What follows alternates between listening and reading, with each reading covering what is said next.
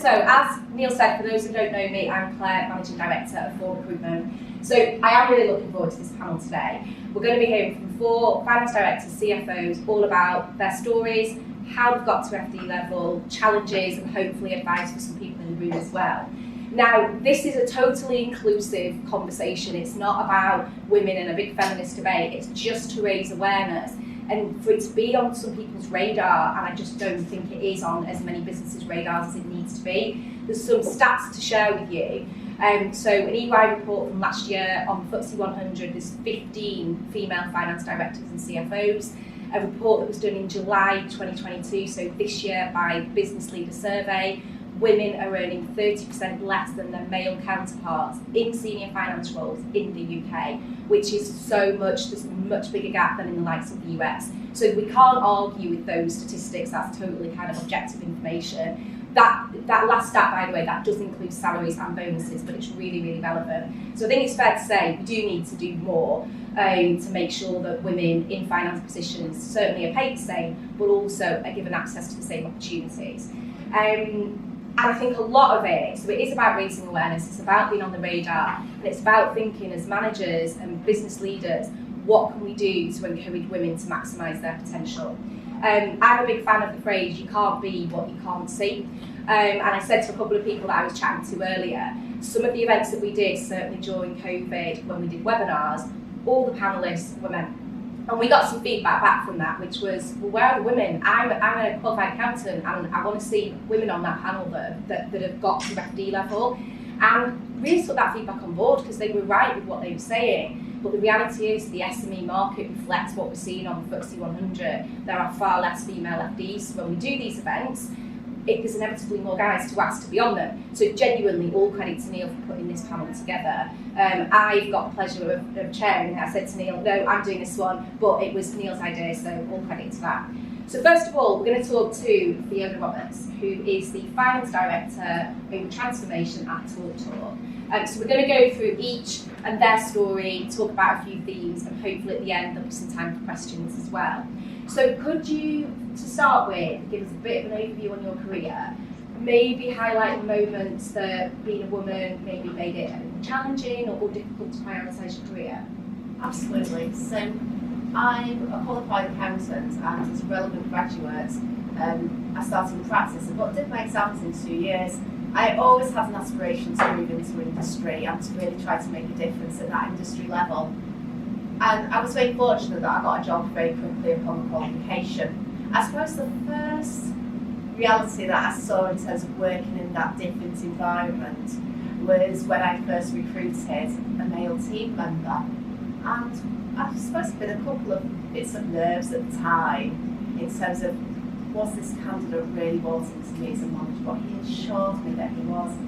Unfortunately, my manager, who was a male, had left before this candidate started, and it became very apparent from day one when he actually told me, oh, I thought that I wouldn't really have to work for you and I'd be able to work for your manager, that maybe we're going to have a few issues here. And I think that really that was a bit of an eye-opener for me, because up until that point I'd always been able to work with anyone working through audit and different environments. You get thrown into different clients on a daily basis, but that was really, I suppose, something. But we cracked on, we got the job done, the business collapsed. I don't think it was just that relationship though. It was an unfortunate incident that there was a few trading issues with the business. But at that time I was actually pregnant with my son. And I moved across into a temporary contract with Hines. They were fantastic, they were completely welcoming.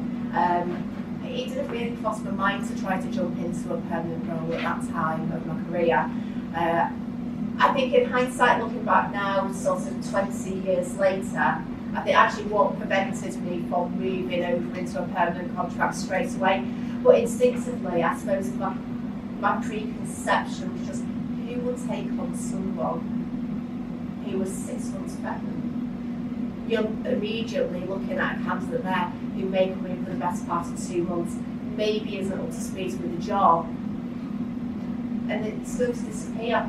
despite the fact that I could have been the best candidate for so many positions at that time. So I actually decided to wait until my son was about 8 or 9 months old before I moved back into the permanent job market. So I think that whole question though around hiring when people are pregnant is really interesting. Because if we're honest, I'm not going to ask for a show of hands right now, but I think most people in the room would think it's not an option. Earlier this year, we hired somebody, well, I should say we offered somebody who was pregnant from stage 1 to stage 2. She found out she was pregnant, and she said, "Do you want me to come back for interview?" And this was to come and work for us. So I said, "Yeah, why would I not?" And she went, "Well, because I'm pregnant." I said, "Okay, well that's kind of short term. Like medium long term is the value you can add to us and vice versa." Now, interestingly, she chose to not accept the offer on the basis she was worried about starting a new role as a first-time mum with a young child. But I think that's just a thought in itself, which is so many women still today won't go for interviews because they're pregnant, because they will just think that they won't get hired. So I just think that's a really interesting point to think about. Now, your return to work then meant that you were starting out in a brand new company, brand new role. Like, what was that like? And I guess what, in hindsight, could have your employer have done to ease that return to work? I think moving jobs at that time, because it was a new industry, and you want to impress, no one goes into a new job thinking, actually, I'm going to coast a bit here for the short term. First impressions count. So really going in and trying to make that impact. It was long hours. I am ambitious, I want to succeed, and I would go into work, I'd do a day's work, I'd balance the childcare with my husband, but often I'd log back onto work after my son had gone to bed. And it was really trying to make that compromise, make sure that I was a good mother to my son, whilst simultaneously really trying to impress at work. But it does take its toll and its burden. I think at that stage of my career, the flexible policies that exist in some businesses today probably didn't exist in the business at that point in time, and there will be an awful lot of demand put onto the FP&A team that I was working in at that stage of my career. Absolutely loved working with the business though, so that was the compromise that I made in my life to be able to keep moving and progressing, and I did get promotion through my time with the business as well. And I think after that role, you went over to Network Rail, didn't you? And to advance your career, so not only being a parent and having a career, but then you then took a role in Milton Keynes where you were there for 4 days a week, which is, I can imagine, was a super difficult decision, but also hard to juggle. So just talk us through that thought process in terms of the decision and then how you did manage that juggle.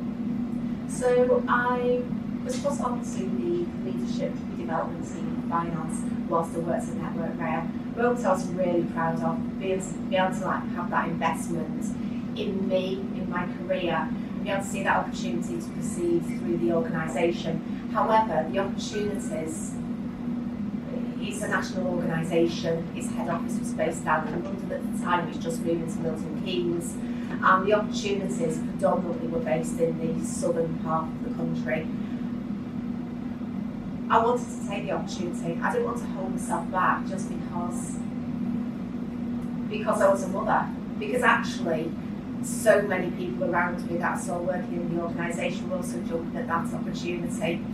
So it was really about having a conversation with my husband. I'm really, really lucky to say that I have a very, very supportive husband. Whoever that is, whether it's a husband, a wife, a network of people, family, it was critical within that decision making, in all honesty. So I managed to find a balance that would work where I would travel down on the first day of the week, do the school drop off, travel down, work in Milton Keynes overnight, and I'd come home at home time on the second day and do the pick up.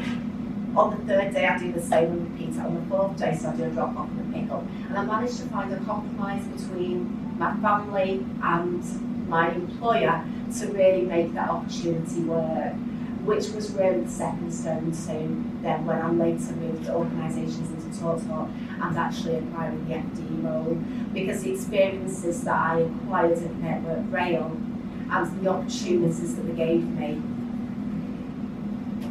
were second to none really. They invested in the training, the experiences and the development.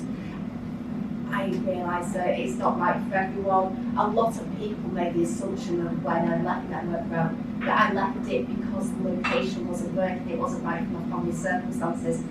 That wasn't the truth of it at all. TalkTalk just offered me a great opportunity, and I interviewed with a manager who's still there today who really inspired me. So your son is 18 now? He is 18. Is that right? So you've gone through that juggle. I'm still doing it, my daughter's 3.5. So hindsight's a wonderful thing, isn't it? Yeah. Is there, for anybody that's in the room, male or female by the way, that has got young children, is there kind of anything that you've done differently or any kind of advice you'd get with that juggle? Because for me it's a daily challenge and overthinking about, am I doing the right thing almost? I think in terms of the juggle, get yourself a cleaner, a gardener. Agree. Yeah, particularly. Yeah. In terms of your support network, find yourself a support network and find yourself a combi as well. There was times when I was stuck on a train and there was a storm and the wires came down and I wasn't there for school pickup. And Thank you. I would really say that let go of the guilt. For me, the predominant part of my early career was the guilt around the balance, about whether I was getting that balance right, was I doing it right for my career, was I doing it right for my son, what about my husband? You'll know whether it's right for you, but don't let other people judge you.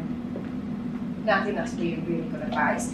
And it's a slightly controversial question because I think people will have different opinions on this, but some people will say that hybrid working is the solution to the juggle. I know what my opinion is on that. What's yours? Do you think it is the solution? Hybrid working creates a level of flexibility that can certainly help. I think one predominant things about when you're in a leadership position is that you need to be visible. You both need to be visible to get to that position, and once you're in that position, there is a demand on your time and where you need to be. So yes, hybrid working can help to be part of the solution, but it's not the be all and end all. There is compromise. Yeah. Okay, no, that's great, thank you.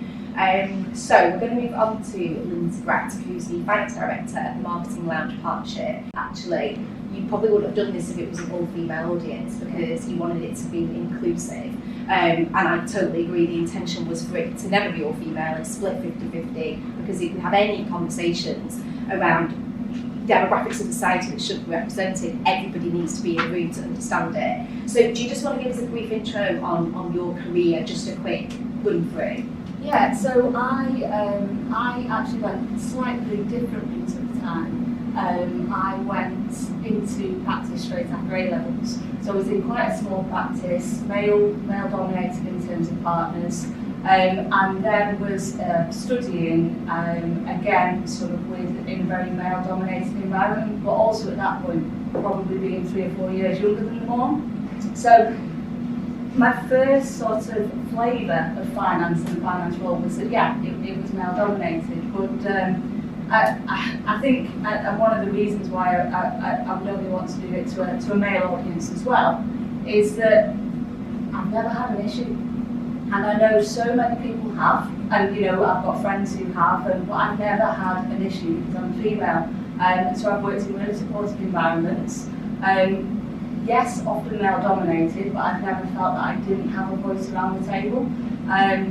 So kind of qualified in practice, went into industry and kind of, again, kind of felt that I really wanted to make a difference to a business. Got that opportunity and a number of promotions within an organisation. And then, have moved on to a couple of FD roles since. Joined the Marketing Lounge Partnership in the summer, and I think it's always kind of challenging when you come into a new business at that level. There's a lot of expectation, there's a lot about fit, but again, kind of a mixed team there, mainly male dominated at the top, but again, very, very welcome around that table. Great, and that's obviously a good story to hear, and it's what it should be like. And you told me that you felt really fortunate during your career, but you did say that in the wider business world, that was always the case, and there's been some recent examples. Do you want to share those? Yeah, so one of those would be sort of back when I was at college and studying, and again, I felt very intimidated in that all-male environment. And I've gradually seen that change, and I've gradually seen rooms like this, and actually it's a really balanced room today. But I've gradually seen rooms like this have a few more women in there. But I went to an event like this probably a year ago, and it was one of the sort of finance update courses. So the event ends, I'm talking to the FD sat next to me, who happens to be a male, and one of the advisors who was associated with the event came over to talk to us.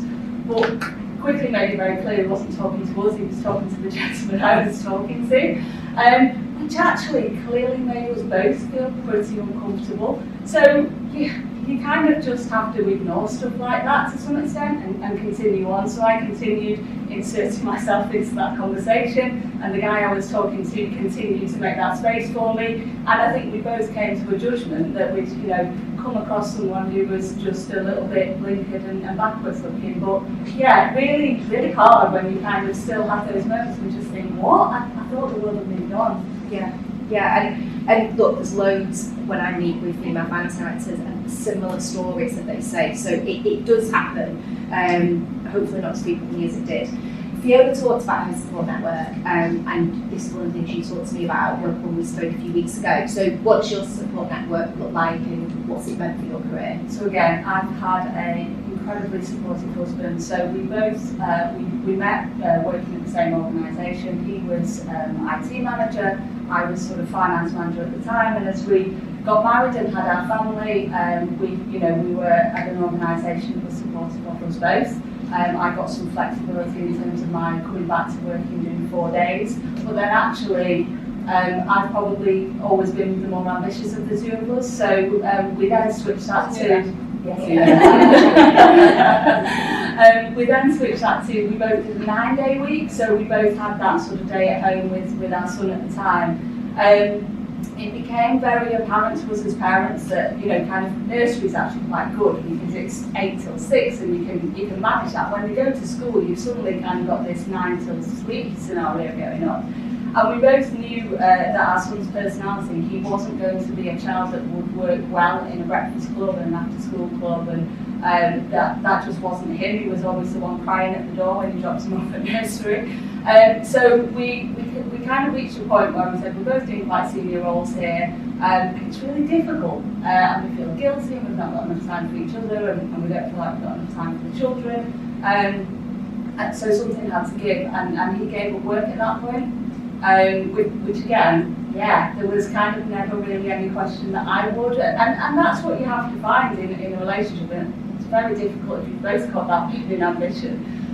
But I could have done what I've done if he was still working, but it would have been a lot harder. Not from an employer perspective. I think my employers would have been fine with me having to kind of do more of those drop-offs and pick-ups.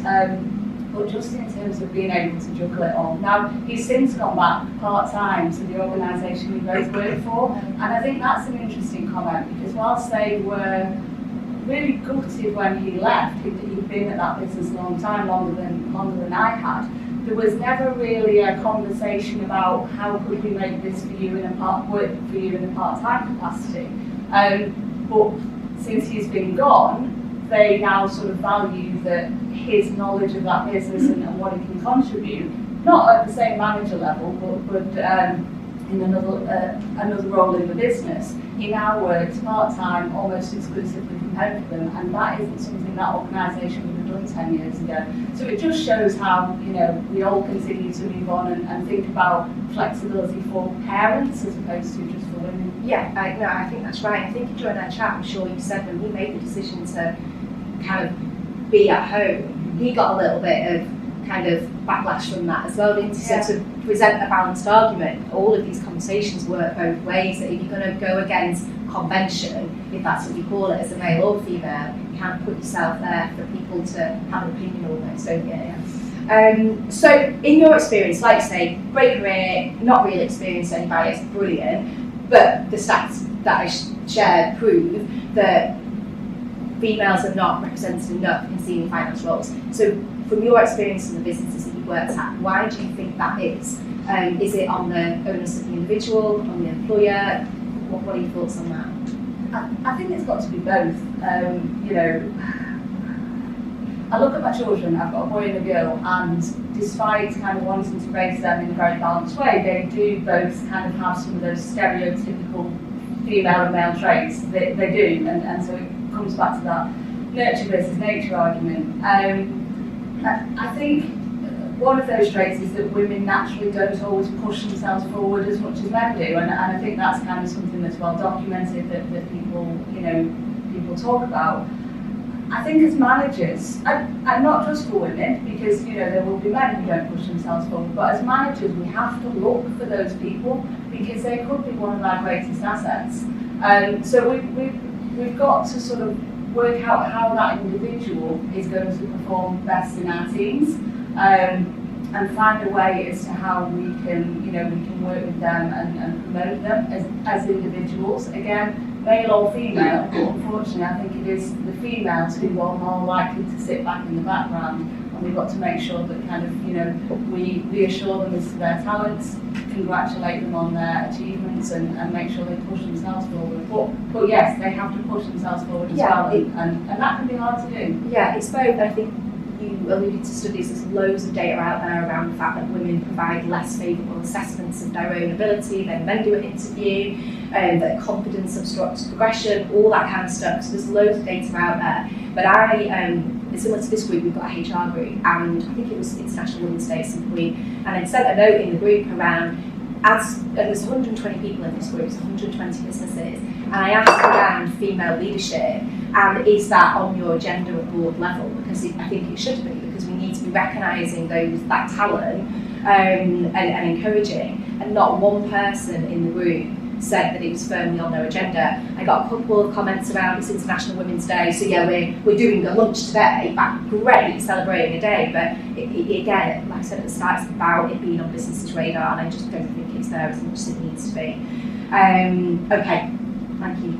I can't not give my opinion. Next, we've got Cecile, who is the CFO at Energi. So when we chat about your career history, you predominantly worked in pretty male-dominated industries and some pretty tough cultures as well. Yeah. Was that intentional? Give us a bit of an overview. Yeah, I mean the start was very intentional with working for Coca-Cola. So that is a very tough environment. They take you as lemons, squeeze you and spit you out. But yeah, I started there. It was very male dominated as well. I was very young. Many people were much older than me. But it was a great deal of experience to learn. After that, I went on to the sexy industry of transmission and distribution as well, Alston and Areva, so again, very, very male-dominated. I've had various experiences where in the boardroom I was asked if I was there to take notes or given the teas and coffees. I said, how about you kind of answer this? And kind of go, excuse me? No, I don't think so. You take your own notes and take your own coffee. So yeah, I've had mixed experiences, but along the way I've had great mentors as well who've given me some solid opportunities.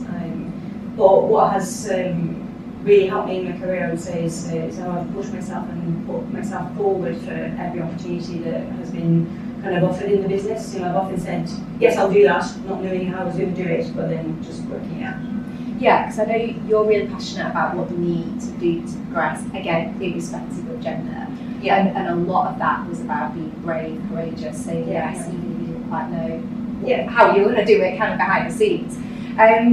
We talked about imposter syndrome a little bit. Yeah. I think if we're all honest, every single person in this room will have experienced that at some point, and that is not a female-only kind of challenge. How do you manage that in the kind of industries that you've been in?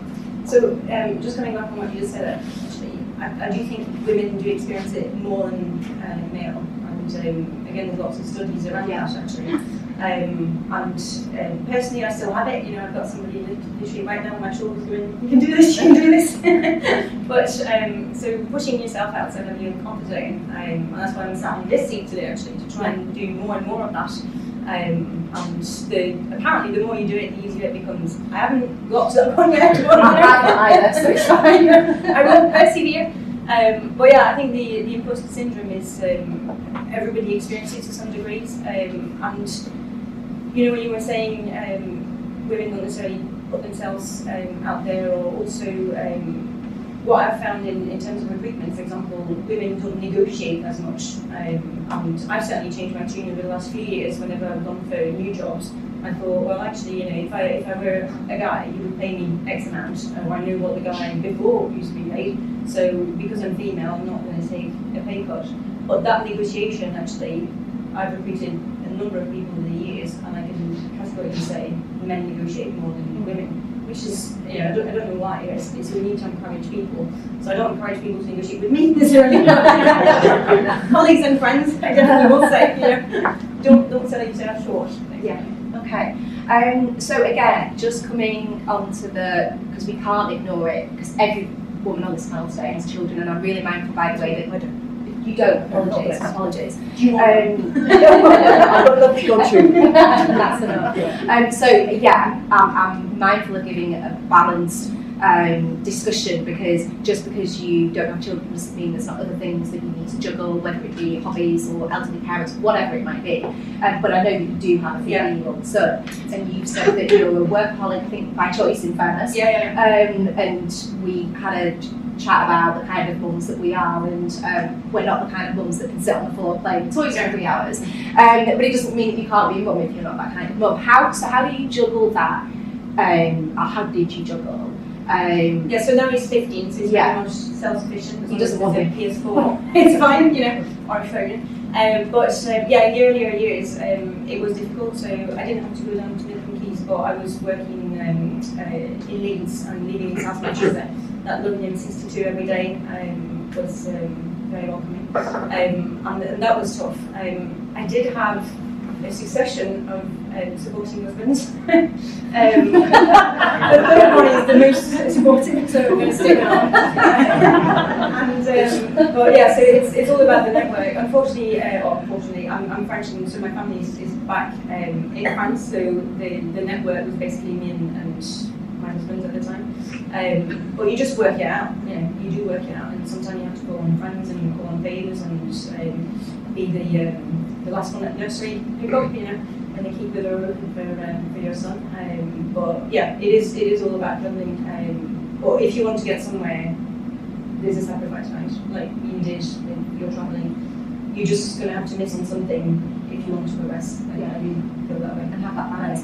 But equally, I do feel like I provide a real role model to my son that you can see with hard work, this is what you get.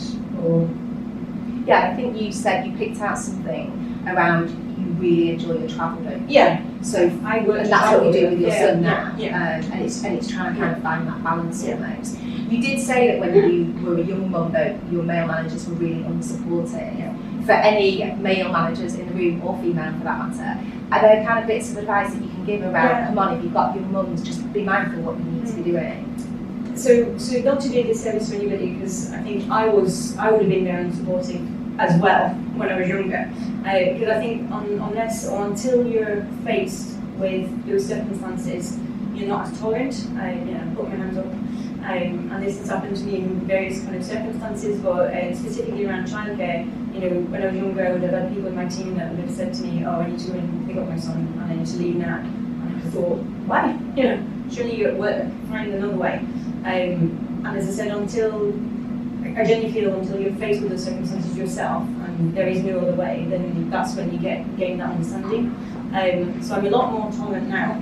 And what I would say as advice is, you kind of get what you give as well with people. So don't get me wrong, there needs to be a trust from your employee, and making sure that your staff and colleagues are giving you 100%. But you can be flexible, and whenever they have to leave, I always encourage people to do everything they need for the family. But then equally, I guess in return, I expect that they'll work whenever they need to get what we agreed. So when they do it, where they do it, I don't really care, as long as it's done by the time that we've agreed. Work gets done. So slightly different subject now. Kind of FTSE 100, 250 businesses, often investor-backed businesses now have targets for women, the percentage of women in leadership roles. What are your thoughts on that? Do you think it's something that's needed? It is a shame that it has been needed, but it's all about the evolution, right? Many years ago, women were in the kitchen and not necessarily at work. Now, we're in the boardroom. So it is a shame that this has been in place, but it has helped to change what's been achieved now. I do think that it's not about quota. I think it's about recruiting the best person for the role, and regardless of gender, age as well. Age is a real issue. You know, I've been to so many places where initially people would say to me, "Oh, you're too young to be." I'm 45 now for a CFO, but first MD I was 30, and it was just, you know, you're too young to be an FD. I don't believe it's age related whether you're ready for the boardroom or not. It's about ability, experiences, and, you know, obviously female are more major than men, you know. But it's how you apply yourself, how you train yourself. I constantly do new exams, new qualifications, etc. to keep up to date with what's there. And I don't think age, you know, somebody who's 20 years older than me, if they haven't done any of those qualifications, for example, or not kept up with various changes, then they're not necessarily going to be more qualified than somebody who's 20 years younger. Yeah. So irrespective of Yeah. gender. Thank you for that. So last but not least, we've got Rachel Izzard, who is the CFO. So when we spoke a few weeks ago, we went right back to your upbringing actually, didn't we? Which I thought was a really good place to start in terms of how that shaped your outlook on life, but also your career. Do you want to share that with us a little bit? I can do. So can you hear me okay? So my background, I come from a kind of Army, Air Force type background. My dad was Air Force, so grew up on bases, moved around. He left school at 15 and joined the Air Force. His brother left school at 15, joined the Navy. A real kind of crack on with it type family. Roll your sleeves up, get the job done, do the right thing. My dad had 2 daughters, so myself and my sister. And with hindsight, looking back, I think he's been hugely impactful on what I've been able to do, because there was no limits in any way. His expectations were here, but his expectations of limits were there. You know, it was just, you want to do it, get on and do it. So my sister, we're talking about sport, my sister played rugby. I went on and did astrophysics. I was the first in my university in my family to go to university. I was a bit of a nerdy kid, really interested in it. So I'd work on the car with my dad, but he'd paint my bedroom pink. And both were achievable and weren't odd. It was a really lovely upbringing that whatever you want to do, don't whinge about it, crack on with it, get on and do it. And with hindsight, I know unbelievably blessed. I got to university. STEM is great for me now, with hindsight again, looking back, real structures, really logical way of looking at things. So in a CFO world, it's that problem solving. But there weren't many girls doing astrophysics 30 years ago. So that kind of grounding of my dad of that, no, just be on your feet, be grounded in who you are, was just hugely powerful even there. Because it didn't put me off. It was uncomfortable for the boys, it was uncomfortable for me in some ways, doing astrophysics. But my dad had really helped me just feel so okay with who I was. And we moved around loads as well. You can hear that a little bit.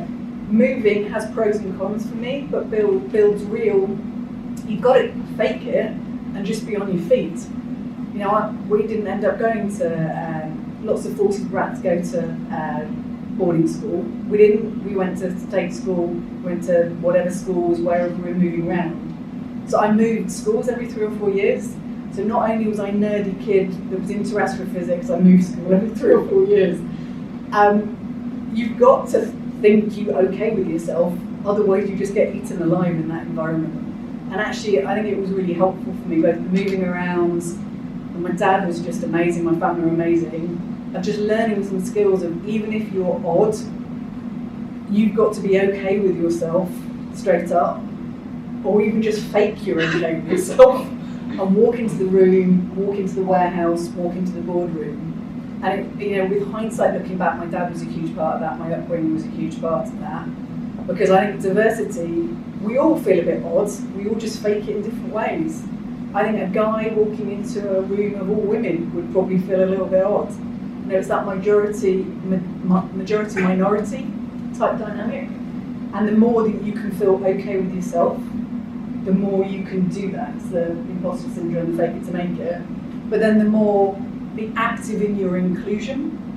My dad was active in his inclusion of me within that. And certain people that were impactful through school, uni, career, with hindsight for me, were active in their inclusion. They didn't know they were doing it, but it really made a difference to me. Yeah, and I guess that upbringing really makes you have that belief that you can kind of do anything that you want to do, and then that moving around giving you real resilience and robustness to be able to deal with some of the situations that you made in your career. So you've got some really great kind of companies on your CV. You worked for 23 years for airlines, and Aer Lingus was, to quote what you said, the best job you've ever had. Apart from overground, probably where you are now. No, it's Still Aer Lingus. So you get an airline to run. How awesome is that? Yeah, I mean, it's a pretty cool job. Talk to us about those, because there was lots of stereotypes, and that was 7 years ago, so not that long ago. Lots of stereotypes you had to overcome. So talk us through your time there. So yeah, I did airlines, so I did Air Force, Grat, and then airlines. Well, Air Force, astrophysics, airlines. Did SEMA in BA's graduate training, and then hit the road and did a variety of different airlines around the world. Really blessed just to find the next opportunity and learn and keep learning and keep learning. And so I'd gone around the world, different airlines, all in finance roles. Sort of ended up, my last role was, I co-founded IG Cargo, which is putting BA Cargo together with Iberia Cargo. So I had a Madrid team and a London team, fabulous, worked in warehouses, got pink tipped, safety shoes, just to sort of go, I'm here. And then genuinely got my dream job in terms of you start out on BA's grad scheme, you end up getting offered kind of CFO of an airline. And to be really open with you, none of those roles were, I've seen a role, I've applied for it. So many times you think it's an open process, it's just not in life, is it? You get heard of and you get pulled towards a job. In particular as a woman, you tend not to, it's a total stereotype, you tend not to apply for it, you tend to be pulled towards it. It was exactly the same for Aer Lingus. So Iberia and BA had pulled together to be IAG. Willie Walsh, if you've heard of him, was the IG CEO at the time. I'd worked with him when he was in BA, and then he was the group CEO when I co-founded IG Cargo. And so I got a text from him on a Thursday saying, can I pop round? I was in a cargo warehouse south of Heathrow. He was the other side in the head office. True woman, I got in the car, was driving around the perimeter track, rang my husband when I'm either fired or we're moving. And the fact that I thought I was fired before we were moving is just the imposter syndrome in one capsule. Got to see him, he went, right, we're buying Aer Lingus tomorrow, do you want the CFO job? I flew out the next morning, met the CEO, got on an okay, flew back, talked to the boss at home, because it is a team effort. Andy and I took a team decision over the weekend, and then I flew to Dublin, and I moved with a suitcase on the Monday to Dublin. Became the CFO of Aer Lingus, because it's your toy train set job, isn't it? Just awesome, absolutely awesome. I asked Stephen, the CEO of Aer Lingus, okay, I'm dropping in from the group that's acquiring us. I'm British, just in the 100-year anniversary of Irish independence. This all just feels a little uncomfortable. He went, oh no, that's not the surprise, Rachel. You're female. That's going to be the challenge. He was being really open. Good on him. It's an 83-year-old company, never had a woman on board, and I was the second woman on the executive team. Because in airlines, you tend to get people coming up through engineering or through pilot streams. Both of those tend to be male. And then in Southern Ireland, even though it's quite matriarchal, it's still quite male in terms of business. So I've never had somebody say it quite that bluntly to me, but good on Stephen. He went, it's going to be weird for a woman. Like, fine, right, we'll give it a go. And that kind of male advocacy, Willie going, right, I believe in you, I've seen you can make money for me. This is my, buying Aer Lingus for Willie was massive, so him putting me in there, great. But you just couldn't make it up. There wasn't a toilet on the boardroom floor for women, so I had to go downstairs. On my first day, my secretary booked me in to kind of get a pass. Went along to the pass unit, saying hello. 20 minutes into the process, I'm thinking this is just feeling a bit weird, and they were measuring me for uniform because they thought I was crew. Because the reception would be a cabin crew, and you're like going, no, I'm a bit of a back office job. Somebody in HR actually said to me, oh, we tried this 15 years ago, Rachel, it didn't work. Having a woman on it, and that's in HR. Yeah. And you just got to laugh about it. And actually, laugh about it, lean into it. nobody was actively being bad, but they'd just never experienced a woman around the table. So, and then it was just a learning experience for the male execs I was working with in the teams. The team had never been led by a woman, and it was a learning experience for me. You know, the first Christmas do, the CEO booked a Premiership pundits evening in basically a club in the seediest part of Dublin. I mean, really seedy. I was brand new, really seedy area of Dublin. 500 guys in a room with alcohol, which as a woman, it's actually quite a kind of risk scenario. What do? I don't want to look weak. I don't want to say I can't go. I don't want to ask for, can you escort me? Because that feels weak. So one of my exec team peers say, can you walk me in? I ended up going, you know what, football, my husband's really into football, Stephen. I hope you don't mind.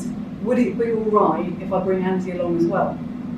So I basically got a spare ticket for my husband, went in as a double act, and you know, I felt okay with 500 guys with alcohol because I had somebody I knew there with me. But you're trying to do that kind of, how do I not look weak? How do I not play the woman card? I don't want to make Stephen, my new CEO, feel uncomfortable, but I'm not going to walk into a room with alcohol with 500 guys by myself in a seedy bit of Dublin. So it's, you know, it's those kind of, it's the active thinking for everybody in the room. For me, that's why I'd say, I'm not comfortable with quotas. It makes me feel uncomfortable, all that kind of stuff. But what's really always made a difference for me, for people who have actively gone, oh shit, you know what, this is a bit of an uncomfortable situation, or the norm isn't kind of going to work here, what do I do? You know, and I could go on the list as endless. I mean, you know, by the end of it, 5 years in, minor wins, like we've never had trousers in our uniform choice. So you say, absolutely, you can apply for a job on the ramp or in engineering, but the uniform, the trousers will just fall down because they're too big, because they're men's trousers. So okay, you're just going to have a belt. Is that really an open opportunity on the face of it? It's not.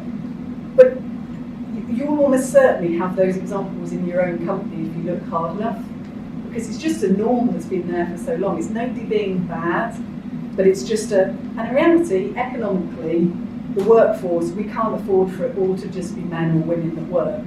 Economically, especially considering what state our economy's in at the moment, economically, we all need to be economically active. So it's in all our business leaders' interests to make those opportunities available. And you've really got to ask yourself, are they really available? And for me with Aer Lingus, a lot of it was saying, really? Are we really making the most of all possible talent?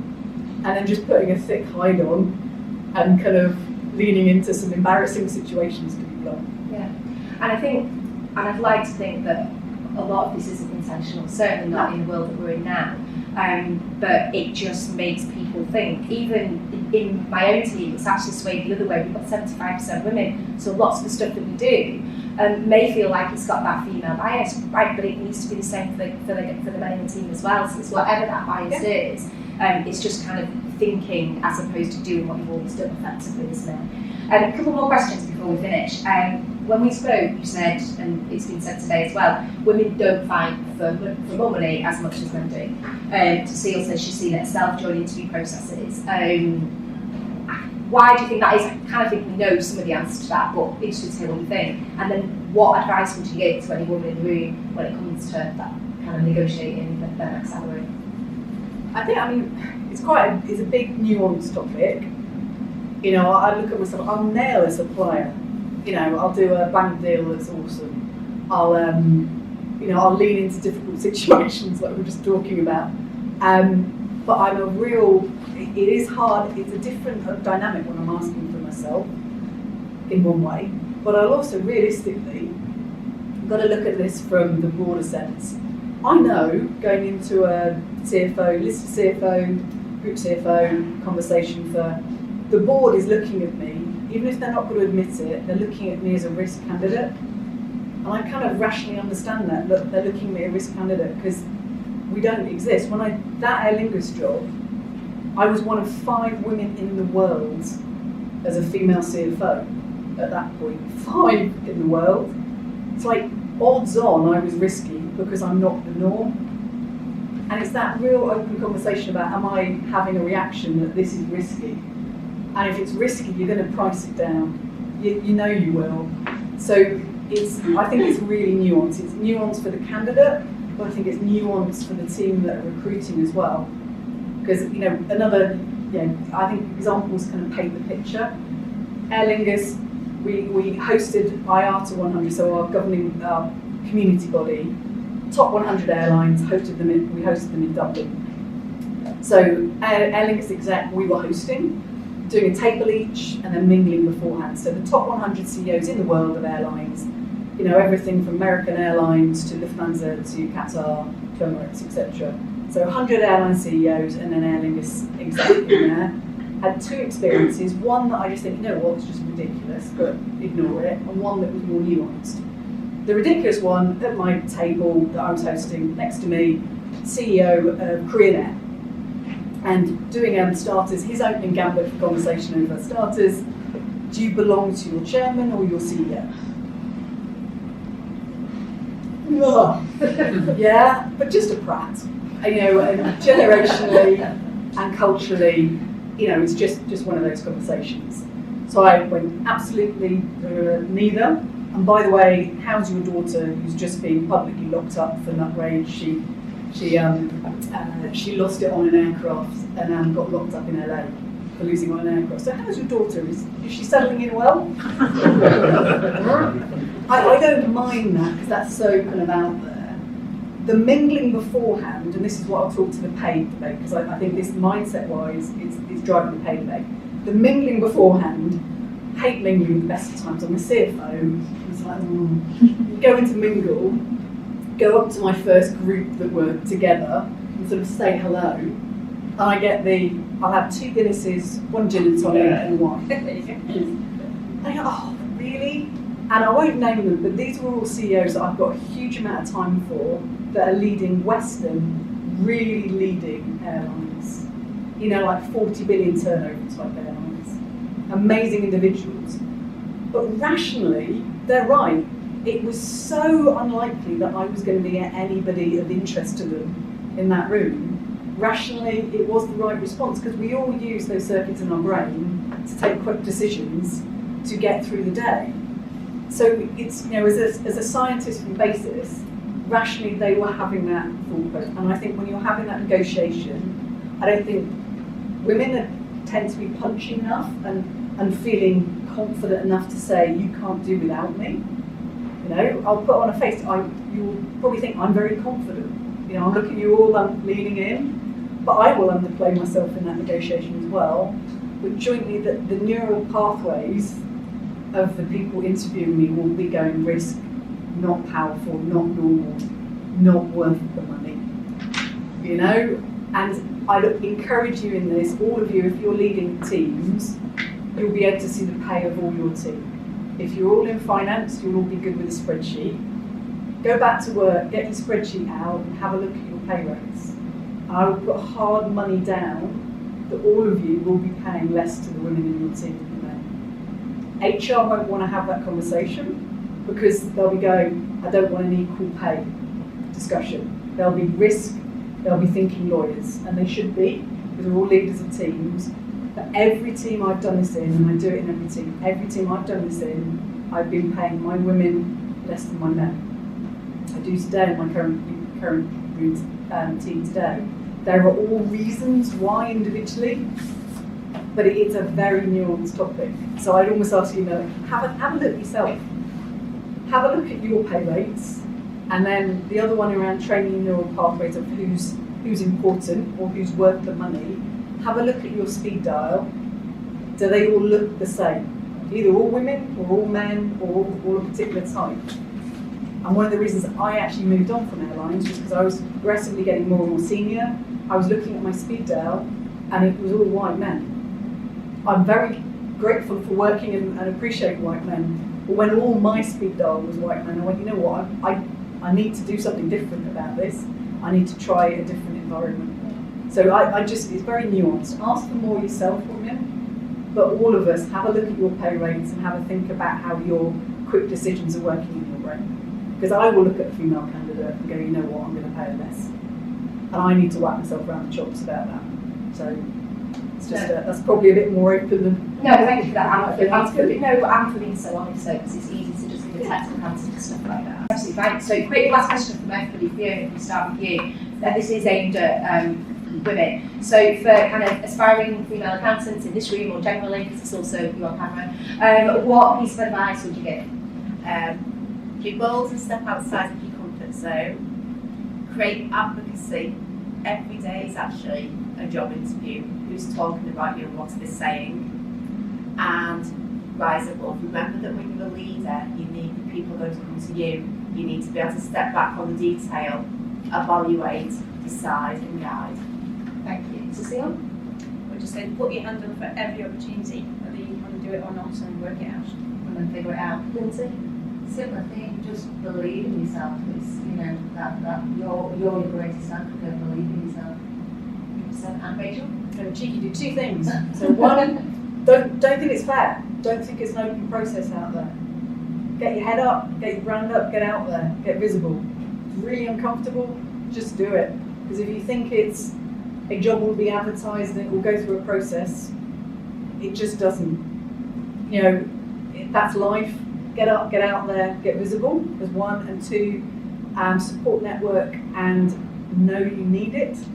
Don't you think you can be all things to all people? I've got the most amazing husband who is everything to why I am where I am now. Whether it was my dad when I was a kid, or Andy just being the most amazing man in the world, or having a washing machine that has an overnight timer, or having a cleaner, or all of those things. It's not weakness, it's reality. So no, it's not fair, get up and out there and put the support system around you, and then you will fly. Male, female, you will fly. Fab, thank you. So I've got a bit of a roundup and it's really repeating a lot of what you've said, but look, there still needs to be things done to level the playing field. I think we can all agree on that. I think your point about upbringing is just really interesting. Forget work for a minute, like what are we teaching? If you've got children, what are you teaching your children? The first time that my daughter who's 3 wore a Toy Story outfit, I was a bit like, okay, where's the princess one? But then I was like, no, I actually love that she's doing that. So I do try to do that. So I think if you start it right and know that those opportunities are endless. Workplace, massive, the role of a manager and a business leader, massive, but similar to what you said, Lindsay, you all have, it kind of, as a woman, it kind of starts with you. You've got to have that belief and confidence, and if you've not, look at ways that you can build that to put yourself out there in the first place. And one thing that I really like that Fiona said, because I might say this to myself every morning, is let go of guilt, because I definitely need to tell myself that. But thank you to all the panellists. I've genuinely really enjoyed getting to know you more in the last few weeks. If we could just have a quick round of applause, please. I'm